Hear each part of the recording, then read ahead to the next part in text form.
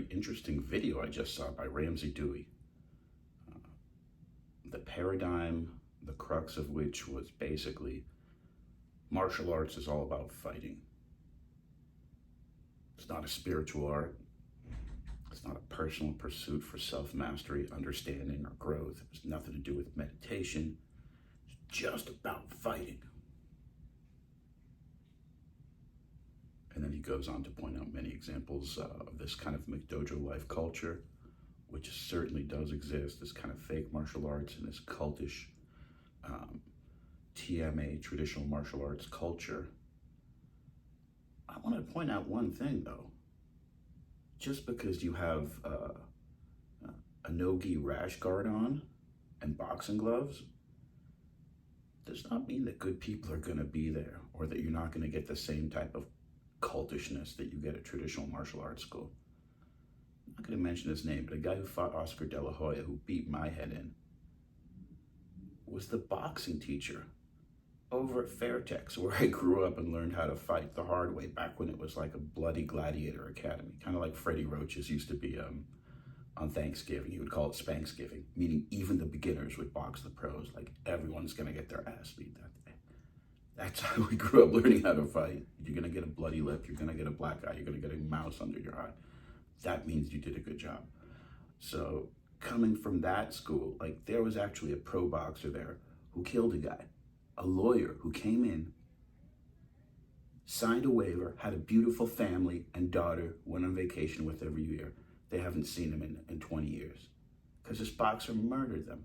The same way that jiu-jitsu guy, have you seen that case? The guy was styling on him. He thought some of the hot chicks in the class were watching, and he did this kind of headstand guard pass thing and snapped the guy's neck. The guy's paralyzed right now. He was on the mat screaming, ah, ah.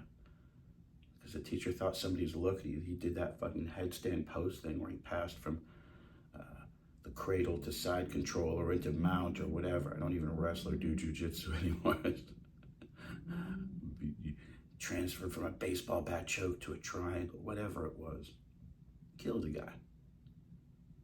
So, first and foremost, yes, traditional martial arts can be cultish. It's a great message that Ramsey Dewey is spreading, that, you know, you should watch out for these martial arts instructors who are really more like cult leaders. That having been said, Frank Shamrock made sure to tell me back in the day that, he said, Dan, it's got to be more than just fighting. It's got to be martial arts. There's got to be a moral element. There's got to be a component of morality and being a good person behind it. There has to be. Otherwise, what are we doing? Otherwise it is just violence, and it's not. And I learned that in Thailand, and the easy way and the hard way. I mean, there was a guy there over at Tiger Muay Thai, one of their big instructors, who I had signed under contract because I was managing 15 fighters at the time. He knocked this chick out, who was a champion. She told me the story. She woke up in the ring and they're all hanging out, leaning against the ring. Nobody even helped her up. She went in there for a nice, easy spar, and wham, next thing you know, she's on the ground and they're all laughing, leaning against the rope, not even helping her back to consciousness. She had to wake herself up and stumble herself out of the ring. So in anything we do in life, I don't care if it's an auto garage, I don't care if it's a dentist, and especially a martial arts gym where we're dealing with life and death.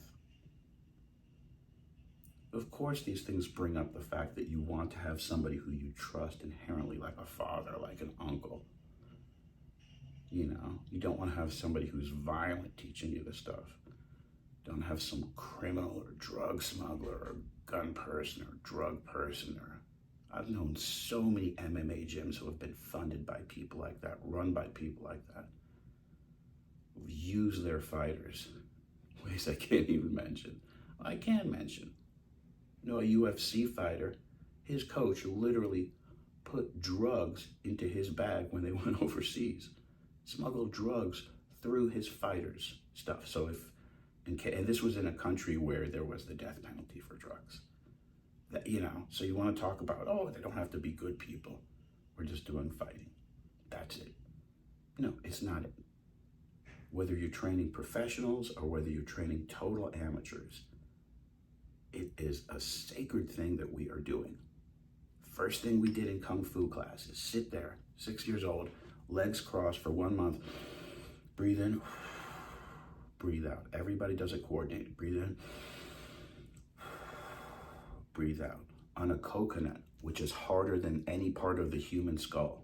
And after 30 days, that coconut shatters. So that is magic. And that is community. And that is the mind-body connection. Even though now, I do this as my version of expressing that. But whether I was studying for Wong Jack Man or, pro boxers like Freddie Roach and Andy Nance, whether it was traditional martial arts or modern martial arts, these are always great, caring people who helped people out.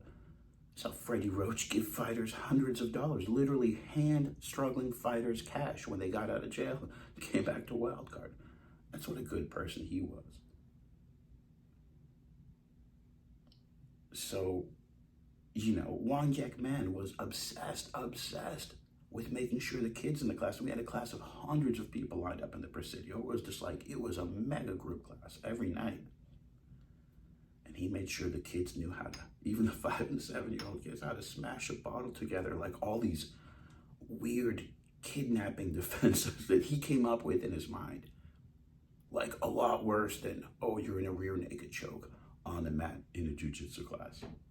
No, Wong Jack Man was like, what's going to happen if my kid is in the back of a car? I want them to get out of that. That's how he thought. He was brilliant.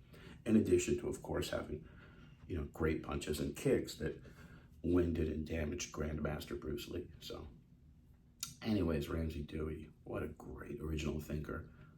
Like a Joe Rogan type person, a person like myself who tries to be original, who prides themselves on being unique, on being weird in a good way, and being original and pioneering their own spirit, their own thoughts, their own ideas. But I think the video deserves like a deeper dive and maybe even rethinking it. And just, you really want to back that view up? It's only fighting? Okay, can I refer you to that lawyer's family when he went and signed up for, literally on Polk Street, a boxing class? And they had to, pick him up from the morgue and bury him? You want to tell them that? I don't think you do. I don't think as a representative of this sport, that's something that you want to convey. I think whether, like I said, you're a police officer, you work at a restaurant, you groom dogs, you clean the floor, and God bless the people who clean the floor, make our clothes, and paint our walls. Anything has to be done with morality.